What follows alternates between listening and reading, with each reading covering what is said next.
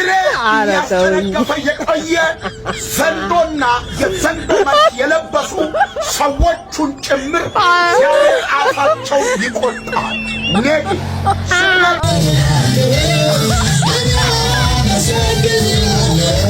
አንተ እውነት እምሪ ሰሳኔር ብለህ ከመጀመሪያ ጀምሮ መቋሚያና ጸናጽል ተምርሃል ወይ ነው የኔ ጥያቄ።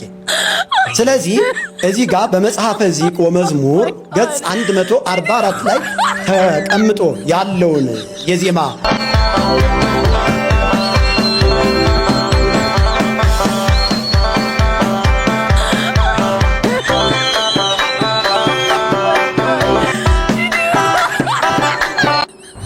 ምን ይሼ ነው አባቴ?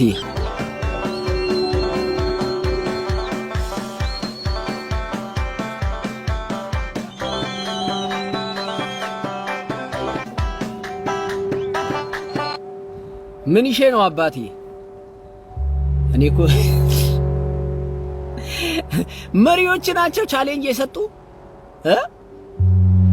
ግራ እኮ የሚያጋባ ነገር ነው። ይሄም የሚያመለክተው እንግዲህ በፕሮቴስታንቱ ወይንም በጴንጤው ቤት መሪና አባት ማጣት ለዚህ ሁሉ ምክንያቱ እሱ ነው። መሪ የሌለው፣ እረኛ የሌለው፣ አስተዳደር የሌለው፣ ስርዓት የሌለው ቸርች ወይንም ድርጅት ሲከፈት እንደዚህ በቃ ይሄን ምን ብዬ እንደምገልጸው ታውቃላችሁ? እኔ እንደነዚህ አይነት ቸርቾች ውስጥ የሚካሄዱ አንዳንድ እንደዚህ ወጣ ያሉ ነገሮች ሳይ በቃ ሲኦል ስጋ ለብሳ ስትገለጽ እንዲህ ናት። በቃ ከምሬ ነው። ሲኦል ስጋ ለብሳ ስትገለጽ እንዲህ ናት እና በጣም ያሳዝናል። ከምሬ ነው። ድርጅታችሁ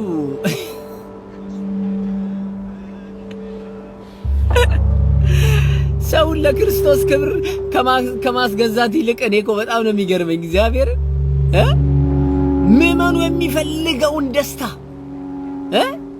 ለመስጠት ብላችሁ እነ ጴንጥዬ ወደ አዳራሻችሁ የምትሰበስቧቸው ሰዎች እግዚአብሔር ምስክሬ ነው።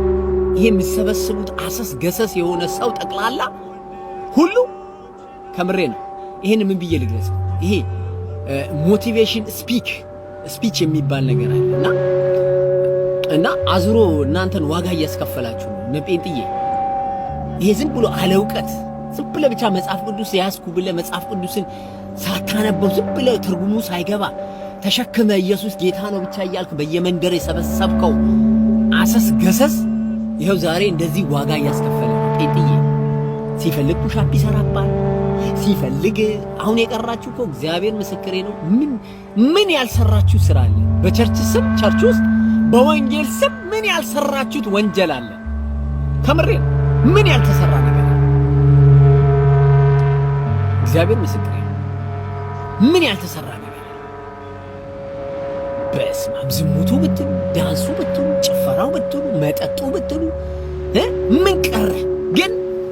ይሄ ይሄ ልባችሁ ብቻ ውስጣችሁ በቃ ስለማይሞት ሁሉ ነገር በቃ ኦርቶዶክስ እንደምታረጋ አርጋችሁ ነው የኦርቶዶክስ ስም የምታጠፉ። እስቲ በየትኛው ኦርቶዶክስ ቤተክርስቲያን ውስጥ እንደዚህ አይነት ነገር አይታችሁ ታውቃላችሁ? የለም። ጣየምዬ ኦርቶዶክስ እንኳንም ኦርቶዶክስ ሆንኩ ይበሉ ሁሌ። እግዚአብሔር ምስክሬ እንኳንም ኦርቶዶክስ አደረከኝ የኔ አምላክ እግዚአብሔር አምላክ። እውነቴን ነው የምላችሁ ኦርቶዶክስ መሆን መታደል እኮ። እንደነዚህ አይነት ሰይጣን አጋንንት ሲጫወትብን እኔ አጋንንት ሰው ላይ ሲጫወት ማቀው ከአውትሳይድ ቸርች ውጪ ነው። እነዚህ እኮ ቸርች ውስጥ እኮ ነው የሚጫወትባቸው አጋንንት ቸርች ውስጥ ቸርች ብለው በመሰረቱት ውስጥ። እኔ የሰው ልጅ ታሞ በሆነ ነገር በስጋው ታሞ በነፍስ ታሞ በሆነ ነገር ታሞ ሊፈወስ ቸርች ወይ ቤተክርስቲያን ይመጣል እንጂ ጭራሽ ቤተክርስቲያን ውስጥ ሰው አጋንንት ተጠናውቶት ለምን? ክርስቶስ የሌለበት ቸርች ስለሆነ እኮ ክርስቶስ የሌለበት ቤተክርስቲያን ስለሆነ እኮ እንደዚህ አጋንንት እየተጫወተብህ ያለው። እነ ጴንጥዬ እናንተ ክርስቶስን ያስደሰታችሁ እየመሰላችሁ ነው አይደል? አይደለም። ይሄ የአጋንንት ስራ ነው። ከምሬ ነው። ለዚህ እኮ ነው እግዚአብሔር አምላክ ቤቴን መነገጃ አረጋችሁት፣ ቤቴን መደነሻ መጨፈሪያ አደረጋችሁት የሚለው። የሰው ልጅ ዓለማዊ ነገር ላይ ውጭ ላይ ቢያንስ የሆነ ነገር ኃጢአት ሰርቶ ስቶ ንስሐ ሊገባ ወደ ቤተክርስቲያን ይመጣል። እናንተ እኮ ቤተክርስቲያን ውስጥ እኮ ነው ኃጢአት የምትሰሩት። እሺ የት ነው ንስሐ የምትገቡት? የት? ከቤተክርስቲያን ውጪ የት ሄዳችሁ ነው ንስሐ የምትገቡት? ቤተክርስቲያን ውስጥ እኮ ነው የምትጨፍሩት። ቤተክርስቲያን ቸርች ባልከው በመሰረትከው ውስጥ እኮ ነው ዝሙት የምታረገው፣ መጠጥ ተደብቀ የምትጠጣው፣ ሴት የምትደፍረው፣ ስንት ነገር የሚደረገው። አረ በተለይ እኔ በዚህ ወደ ደቡብና ኦሮሚያ ውስጥ ከምሬ ነው ብታዩ ቸርች ብለው በመሰረቱት ውስጥ የሚሰሩ ስራ እኔ ማአት ቪዲዮ አለኝ። ያሳፍራል። ለመስማት የሚሰቀጥጥ ነገር እኔ ቪዲዮ አለኝ። አረቅ አቁሙ። ከምሬ ነው። እውነቴ ነው። የምድሮ አልበቃ ብላችሁ ጭራሽ በቤቱ እግዚአብሔር ቤቱ በሚያጸዳበት በቤቱ እንደዚህ አይነት ነገር ሰራላችሁ። አረ ነውር ነው፣ ነውር ነው ከምር። ሃይማኖትም አይኑራችሁ። ቢያንስ ህሊና የሚባል ነገር እኮ አለ። ህሊና ሲጨፍሩ እንዴ እኔ ያለሁት ናይት ክለብ ነው፣ ይሄ እኮ ቤተክርስቲያን ነው ብለህ ቸርች ነው ብለህ ማሰብ አለብህ። ዞር ብለህ ክርስቶስን ማየት አለብህ፣ ማሰብ አለባችሁ። ይሄ እኮ በጣም እኮ እውነቴ ነው እኮ። ይሄ እኮ የመጨረሻ እውነቴ ነው። አይምሮ እንኳን የሳተ ሰው እኮ እንደዚህ አያደርግም እኮ። አይምሮን ያጣ ሰው እኮ ቸርች ውስጥ አይዘልም፣ አይጨፍርም፣ አይዘሙትም፣ መጥፎ ነገር አያደርግም። እናንተ እኮ ቸርች ውስጥ እኮ ነው የምታረጉ። እምናየው ነገር ውጭ ላይ ምንም ነገር አናረግም ትላላችሁ። ወንጀላችሁ ኃጢአታችሁ ሁሉ ቸርች ውስጥ ነው ለካ። አረ ያሳፍራል። ከምሬ ነው። እኛ ኦርቶዶክሳውያን ቢያንስ እንኳን እንዲሁ ኃጢአት እንኳን ነገር ብንሰራ ወጣ ብለን ከቤተ ክርስቲያን ርቀን ኃጢአት እንኳን ሰርተን ቤተ ክርስቲያን በድፍረት አንገባ። በር ላይ ቆመን ነው ስለ ኃጢአታችን ከአጥር ውጭ ተናዘን ከዛ በኋላ እግዚአብሔርን በጸሎት ጠይቀን ለምነን ወደ ውስጥ እንኳን የምንገባው። እናንተ እኮ በድፍረት እኮ ነው። እኔ እኮ የእናንተ ነገር ያበቃኝ ከነጫማችሁ ቸርች ስትገቡ እኮ ነው። እግዚአብሔርን በእውነት የቆምክባት ምድር የተቀደሰች ናትና የእግርን ጫማ አውልቅ ብሎ እናንተ ግን ከነጫማ ከነምናምናችሁ ሴት ልጅ ንጹህ ካልሆነች አትቅረብ እየተባለ እናንተ ከነምናምናችሁ እንደዚህ ውስጥ ትገባላችሁ። እኔ ከምሬን እኔ አብሬያችሁ ውስጥ ስለነበርኩ ነው ይሄንን ማወራ። በጣም ብዙ ነገሮች ይቀራቸዋል። ቸርች ብላችሁ ለመጣራት በጣም እውነቴ ነው። ይሄንን ላይሰንስ የሚሰጠውን አካል ማቆም አለበት። ከምሬን እና እኔ አስታውሳለሁ የሩዋንዳው ፕሬዝዳንት ፖል ካጋሚ እንዳደረገው ብዙ ቸርቾችን የህብረተሰቡን ማህበራዊ ኢኮኖሚ ኢሞራል ሞራል ምናምን የሚያላሽቁ ናቸው ብሎ ብዙ ቸርቾችን ዘግቷል ሩዋንዳ ውስጥ። እና ኢትዮጵያ ውስጥም እንደነዚህ አይነት ቸርቾችን መዝጋት አለበት መንግስት። ለትውልዱ ጸር ናቸው፣ ለኢኮኖሚ ለአገር እድገት ጸር ናቸው። ከምሬ ነው።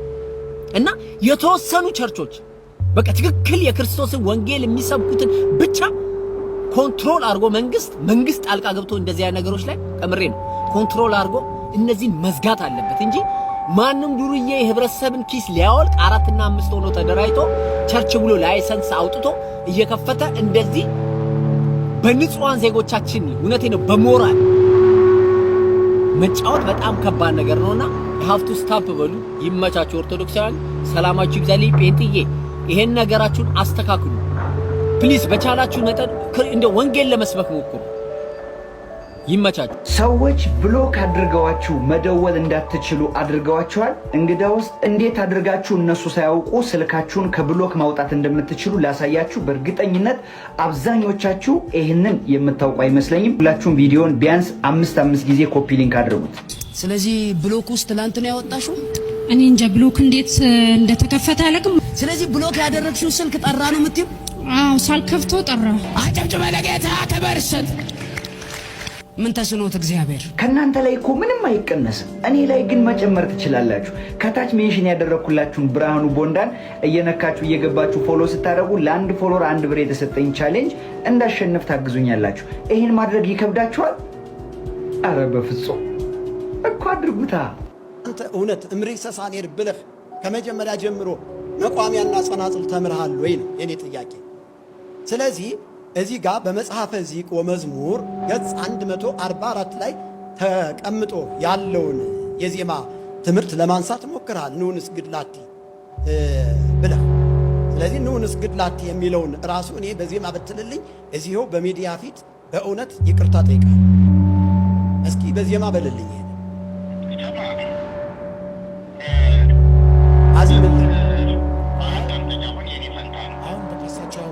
ደግሞ ወደ ዜማው ወደ ሙያው ወደ መጨረሻ አመጣበታለሁ።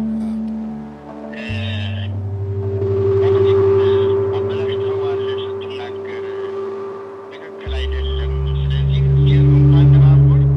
ንባቡን በልልኝ፣ ንባቡን በልልኝ፣ በቀጥታ ንባቡን በልልኝ፣ በቀጥታ ንባቡን በልልኝ። ቀላል አማርኛ ነው። ቀላል ነገር ነው። እኔ እናንተ ሙሉ ንባብ በልልኝ። አሁን ሙሉ ንባብ በልልኝ። እሺ፣ ከጫፉ አይደለም ከመጀመሪያው ነው እየጀመርኩ ያለው። እባክህ በቤተ ክርስቲያን ስም ልጠይቅህ፣ በሚዲያው ስም ልጠይቅህ። እስኪ ሙሉውን ጥሬ ቃሉን በልልኝ፣ ንባቡን በልልኝ፣ ንባቡን በልልኝ። መርጌታ ከሆንክ ንባቡን በልልኝ። ከዛ በኋላ ያለውን ነገር ሰማ ንባቡን በልልኝ። በቅደም ተከተል ያነሳቸው ተመጣና ሳስረ ይደርሳል። አይ አሁን ነው እንድትለው እንፈልገው። አሁን ነው መጽሐፍ እስከምታመጣ አይደለም፣ መጽሐፍ እስከምታዘጋጅ አይደለም። አሁን በልልኝ በጌታ መጽሐፍ እዚህ እስከምታመጣ ችግር የለም። ከዚህ በፊት ስለተናገሩት እኮ የተለየ ከሆነ እንሰማለን። እሺ ይቀጥሉ መሪጌታ። ከአንድ ጀምሮ አይ ከመጀመሪያ ጀምሮ የተነሳውን ሀሳብ እያንዳንዷን እየመጡ ወደ መጨረሻው ወደ መጽሐፈ ዝቅ ይመጣል። ከመጀመሪያው ቅሬታው ላይ ይምጡና ከቅሬታው ጀምሮ ከፍርድ ቤቱ ጉዳይ ከክሱ ጉዳይ አግልላችሁኛል፣ ከዛ በኋላ እነዚህ ያነሳቸውን ሀሳቦች ይምጡና ከዛ ወደ መጽሐፈ ዝቅ ይመጣል። ቀጥሉ።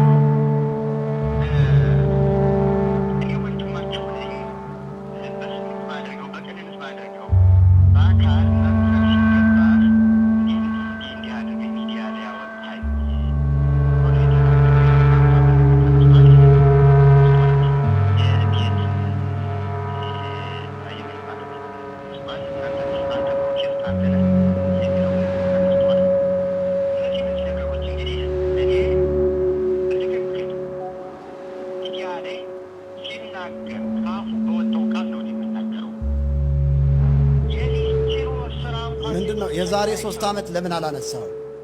የዛሬ 3 ዓመት ቤቱ ሲፈርስ አንተ ወንድም ብትሆን ቤቱ ሲፈርስብኝ ቤት ፈረሰብህ ብለህ መክረኛል፣ ጸልየህልኛል።